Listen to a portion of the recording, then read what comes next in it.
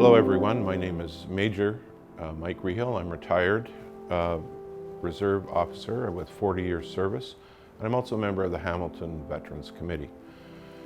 During my reserve career, I had the pleasure of being the director of music of the Royal Hamilton Light Infantry, and in 1992 I reformed the band, and I've been asked to speak to you today about military music, particularly the military and its connection to music.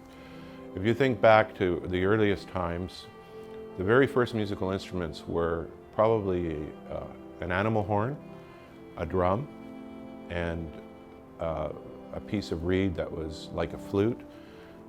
As the years progressed, these instruments evolved into what we became to know as the modern bugle, fife, and drum.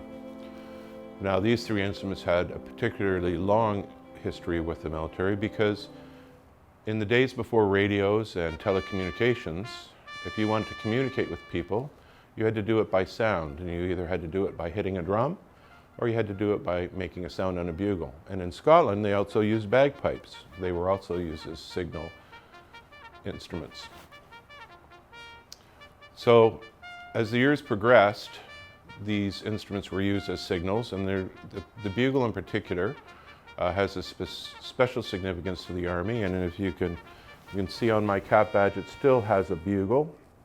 This is the cap badge of the Royal Hamilton Light Infantry, and it has a bugle on it, which is used to signify the relationship between music and the military.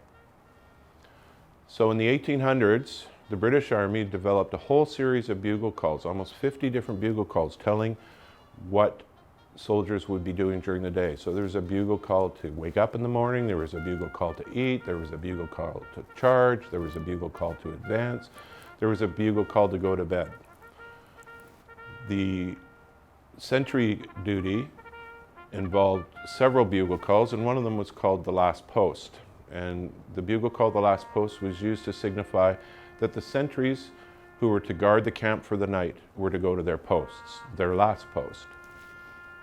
There was also another bugle call called the rouse, and if you know what the word rouse means, it means to get up, and this bugle call was played to tell soldiers to get up in the morning.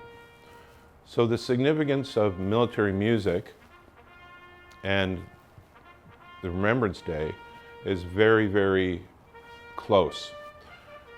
During the focal point of the Remembrance Day ceremony, we have what we call the act of remembrance.